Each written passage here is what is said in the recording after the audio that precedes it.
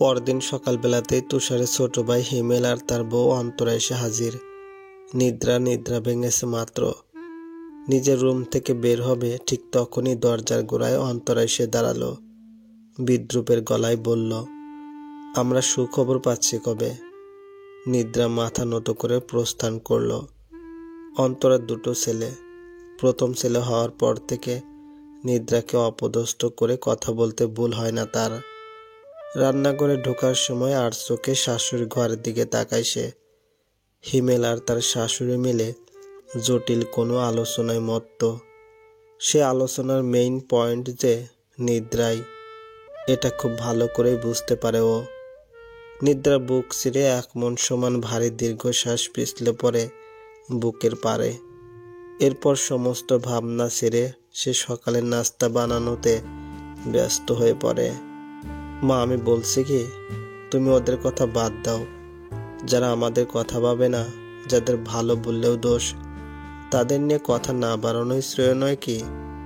হিমেলের কথার মাঝ দিয়ে অন্তরা দেমাক নিয়ে বলে ওঠে, আমি যখন বউ হয়ে আসলাম কত কিছুই না সহ্য করতে হলো আমাকে। আপনার ছেলের সাথে প্রেমের বিয়ে ছিল, এটাই ভুল ছিল আমার। আপনিও তো কম মুখ ফিরিয়ে নেননি মা। অথচ দেখেন আপনার সেই গুণবতী বউয়ের গুণ।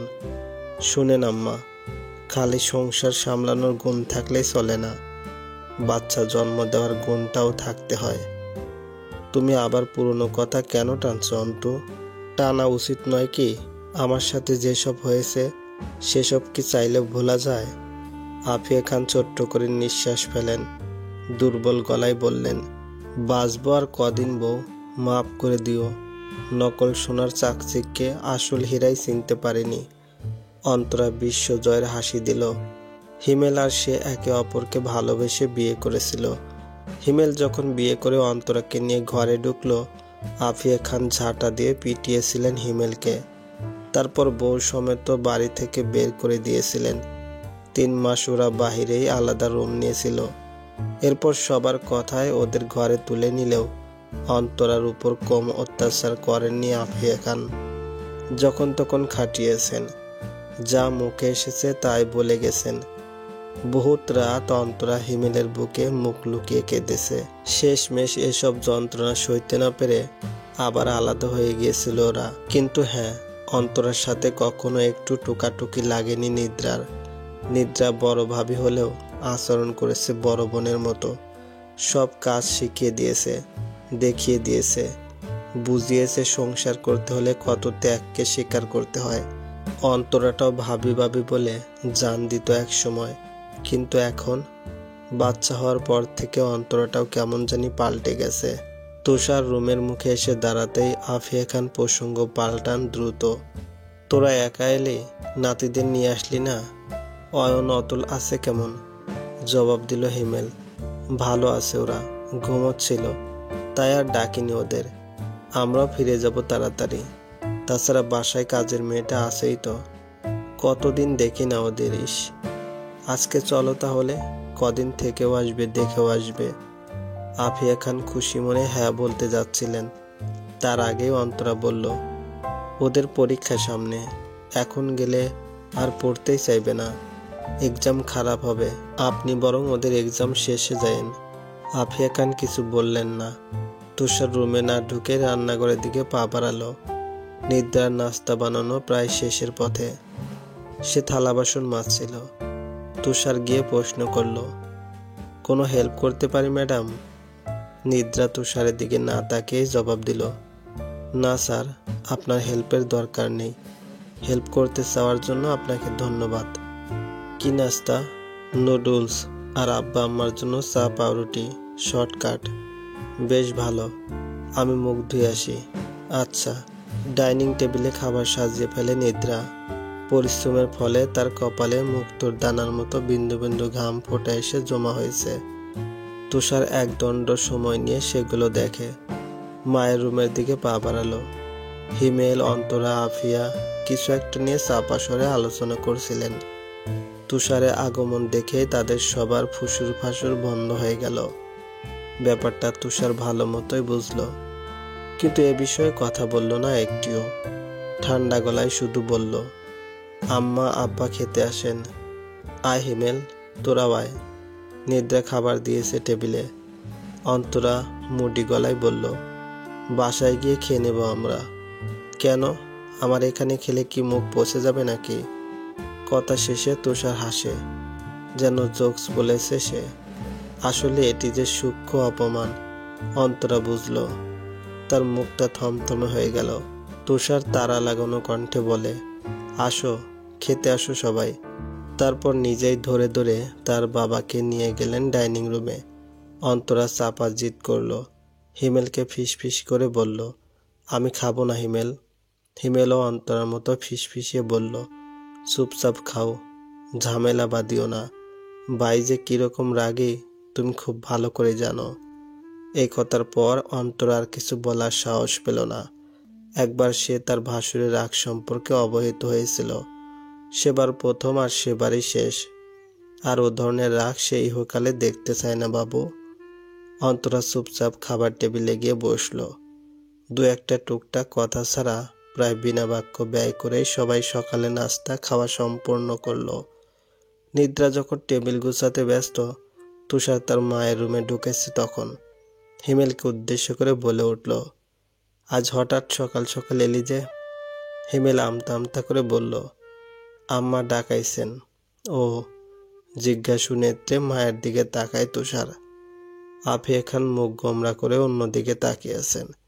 সে স্পষ্ট বুঝতে পারছে কেন ওদের ডাকিয়েছেন তিনি, কিন্তু তবুও অবুঝের মতো প্রশ্ন করল, কি হয়েছে আম্মা, ওদেরকে কেন ডাকাইলা? উত্তরটা দিল অন্তরা, আচ্ছা ভাইয়া, আপনি কি চান না শেষ বয়সে এসে আপনার বাপ মা একটু শান্তি পাক? আপনাদের কারণেই তো ডাকাইছেন আমাদের। আমরা তো দুদিন পর পর আর সব ফেলে ছুটে আসতে পারি না। আপনাদের একটু বোঝা উচিত যে ওনারা কি চায়, আর সেই চাওয়া অনুযায়ী কাজ করা উচিত। কি চায় ওনারা, ওনাদের কোন চাওয়াটা অপূর্ণ রাখে আমি? নিজের না চাহিদা মিটিয়েও ওনারা যা চান, যেভাবে চান সেভাবেই করে দেওয়ার চেষ্টা করি। তাহলে ভাবি যে বাঞ্জ পুরো কথা সম্পূর্ণ করতে পারল না অন্তরা। তুষার গর্জে ওঠা গলায় বলল, ওই নামটা ওর জন্য উচ্চারণ করবে না প্লিজ। অন্তরা থতমত খেয়ে গেল। হিমেল মাছ দিয়ে বলল, আমার কথা শোনো ভাই, আম্মা আব্বা তোমার ঘরে একটা নাতি দেখতে চায়। তুমি দ্বিতীয় বিয়ে করলেই পারো। এমন তো না যে তোমাদের প্রেমের বিয়ে ছিল। একে অপরের প্রতি মায়া টান ভালোবাসা অনেক। আর তোমার কি নিজেরও ইচ্ছে করে না বাবা ডাক শুনতে? তুষার গর্জে ওঠা গলা নিচে নামায়, ঠান্ডা স্বরে বলে, করে। তাই বলে কাউকে আশা দেখিয়ে সেই আশা ভাঙতে ইচ্ছে করে না, তাও মাঝপথে এসে। আর তোকে কে বলেছে যে আমাদের সম্পর্কে ভালোবাসা টান মহব্বত মায়া এসব নেই? এসব শুধু যারা প্রেম করে বিয়ে করে তাদের ভিতরেই থাকে।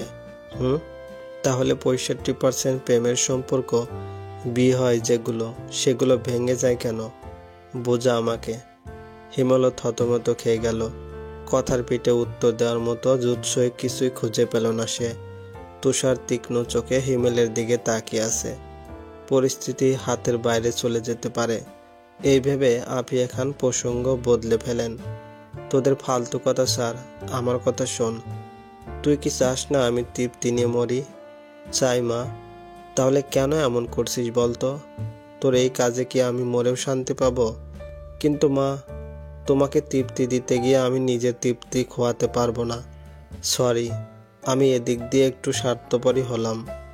আমি তোদের আগেই বলেছিলাম এই ছেলেকে জাদু করে বশ করে ফেলেছে।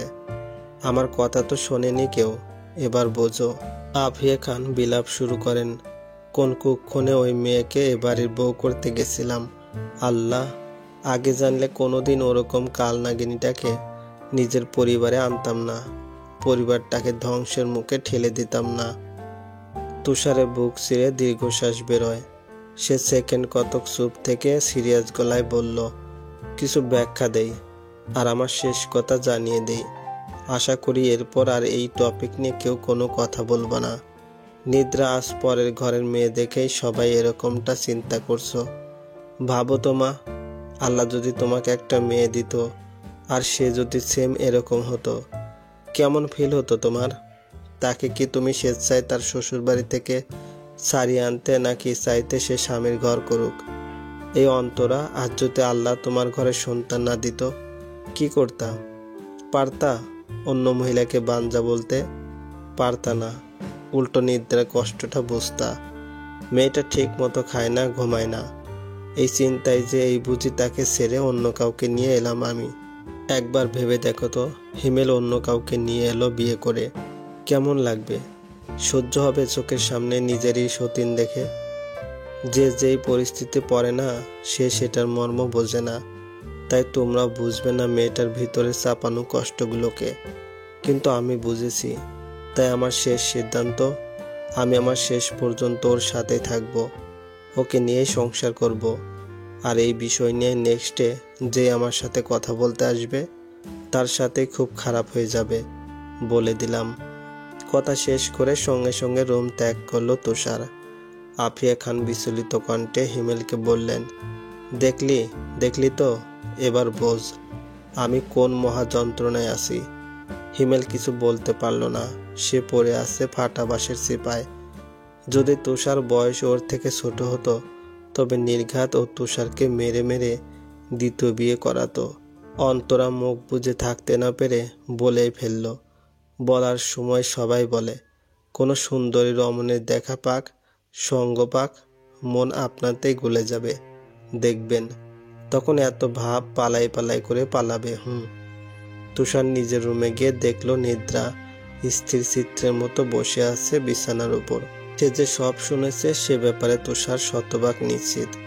তুষার নিদ্রার থেকে 3 কদম দূরত্বে দাঁড়িয়ে বলল, চিন্তা করো না, এত সহজে ছাড়ছি না তোমার হাত।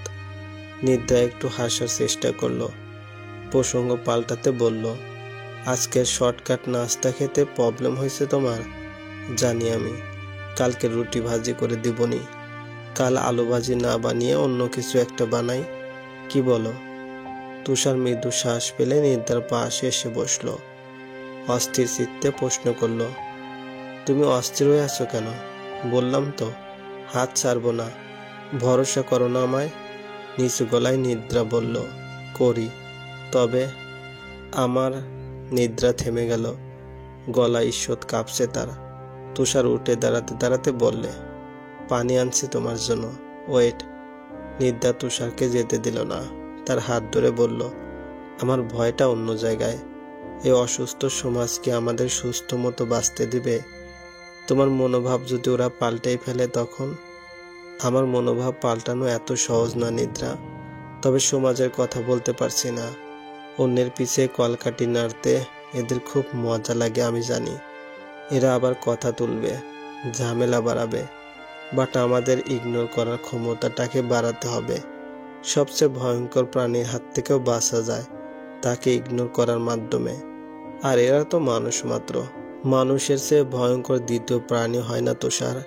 তুষার নিদ্রার চোখে গভীর দৃষ্টি তাক করে, নিদ্রার মনের ভিতর এক্স্যাক্টলি কি চলছে তা বোঝার চেষ্টা করে এবং বুঝেও যায়। সে নিদ্রার মাথাটা নিজের বুকে চেপে ধরে বলল, আমি একটা মেয়ে রাখার ব্যবস্থা করছি বাসায়, তোমাকে হেল্প করবে কাজে, তোমার সাথে থাকবে অল টাইম। তাহলে আর আমার টেনশন থাকবে না, আম্মার কাছেও নিশ্চিত মনে রেখে অফিস যাওয়া যাবে। নিদ্রা তুষারের বুকে আঙ্গুলের ডগা দিয়ে মিথ্যে আঁকিবুকি করে বলে, মনের কথা সব বুঝে যাও, শোনো, ভালোবাসি। তুষার স্মিত হেসে বলল, আমিও ভালোবাসি। তুষার, আমি একটা আবদার করলে রাখবে? কি বলো? একটু ভেবে নিদ্রা বলল, আজ বিকেলে কোথাও ঘুরতে যাই চলো। আমার বাসায় থাকলে দম বন্ধ হয়ে আসে, একটু বাইরে বের হলে হয়তো ভালো লাগবে। তুষার নিদ্রার দুগাল নিজের হাতের আজলায় তুলে ধরে বলল, এ আবার বলতে হয়? অবশ্যই নিয়ে যাব। কোথায় যাবে? যেখানে খোলা আকাশ থাকবে, নদী থাকবে, কোলাহল কম থাকবে, আর শুধু তুমি আর আমি থাকবো। তুষার 3 সেকেন্ডের মাঝেই জায়গাটার কথা চিন্তা করে ফেলল, তারপর খুশি মিশ্রিত গলায় বলল, ঠিক আছে, আজ অফিস থেকে ছুটি নিয়ে নিচ্ছি। বিকেলে শাড়ি পরবে, বাসন্তী রঙেরটা? তাহলে তুমি ওই কমলা কমলা পাঞ্জাবিটা পরবে কিন্তু। আচ্ছা, পরবো।